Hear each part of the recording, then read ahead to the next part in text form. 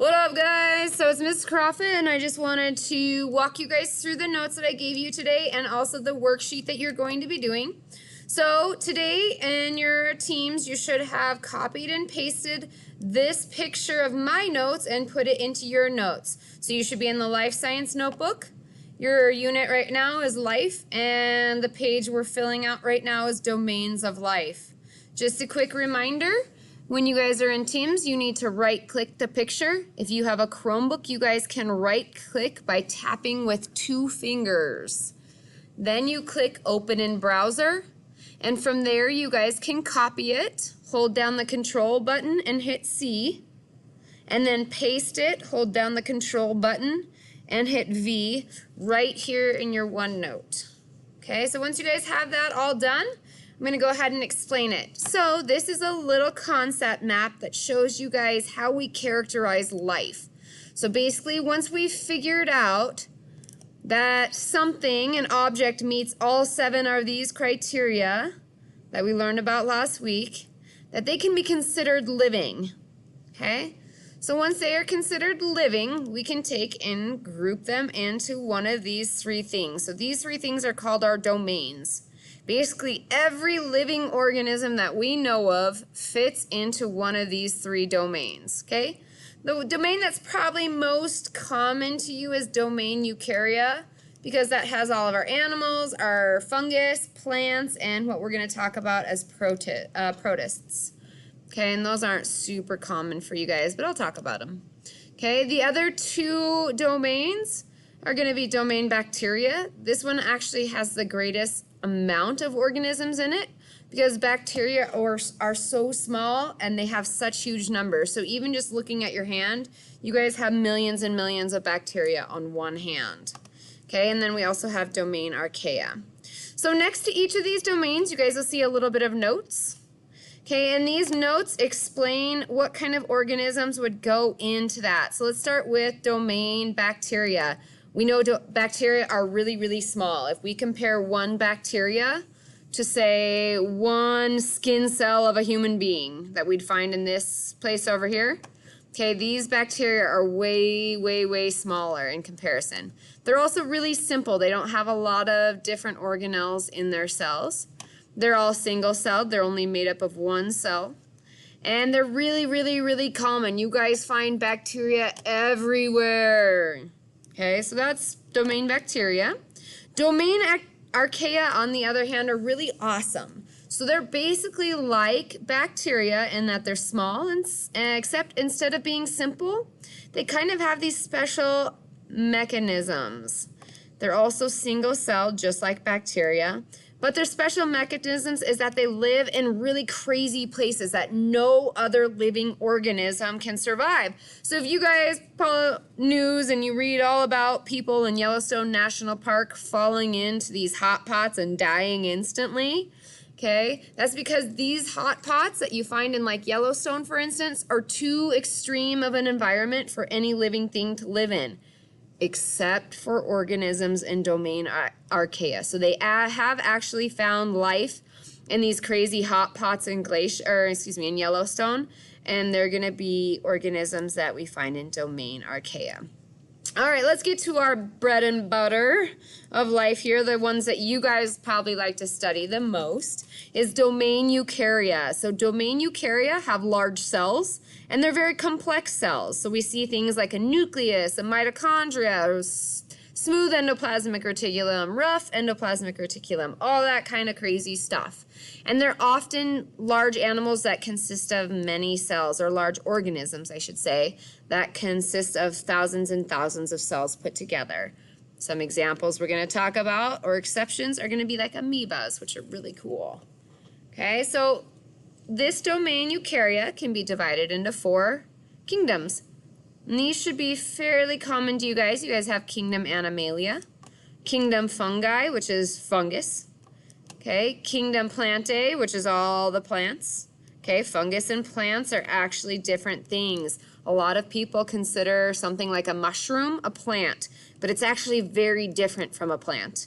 And finally, we've got kingdom Protista. Okay, so the one thing that all four of these kingdoms have in common is that they have complex cells. Okay, all of their cells have things like a nucleus to hold the DNA and things like that. Okay, kingdom Animalia are also multi-celled. We don't have any single-celled animals running around. Okay, the biggest thing to remember about this is that kingdom Animalia are consumers or heterotrophs, so they eat to consume, and we'll come back to that later. Kingdom Fungus, this would be like molds and fungus and mushrooms and things like that. They're multi-celled, but there are some cases of single-celled. They again are complex because that's the one thing that all four of these have in common. And they are decomposers or heterotrophs, so they absorb their nutrients for their surrounding. It's really cool. They secrete chemicals, and it's almost like they digest outside of their bodies. So they secrete all these chemicals onto the dead matter around them, and it breaks them down, and once it's broken down into small enough chemicals, they just absorb them right into their system.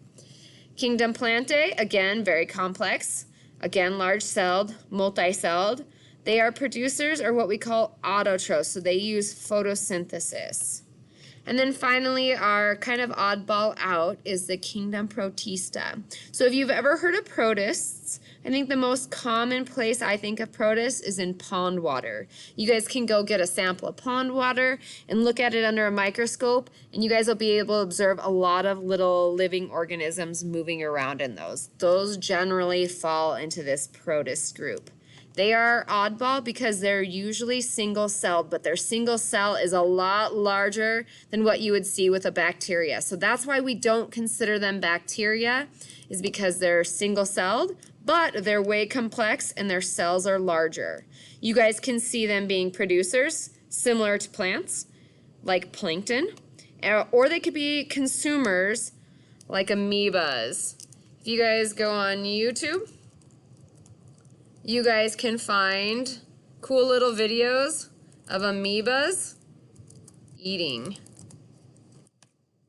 So let's take a look at that. They're really cool because they just engulf what they're eating. So this guy here is an amoeba, and he's just gonna kind of wrap his body around whatever he's trying to eat right here, that spunky little guy. So they just wrap it around, and then they fuse together.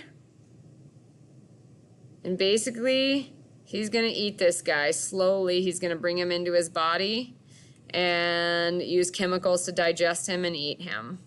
So kind of cool to see that. Okay, but back to our notes. All right, so the one thing that we see that all four of these kingdoms have in common are that they are complex.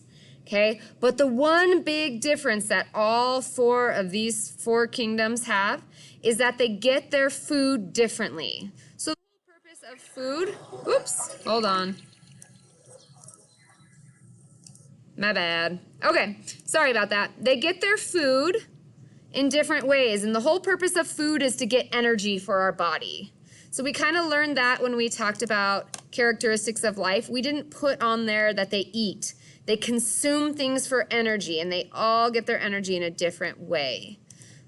So animals, which is the one you guys should be most familiar with, actually have to put food into our body. We eat to consume.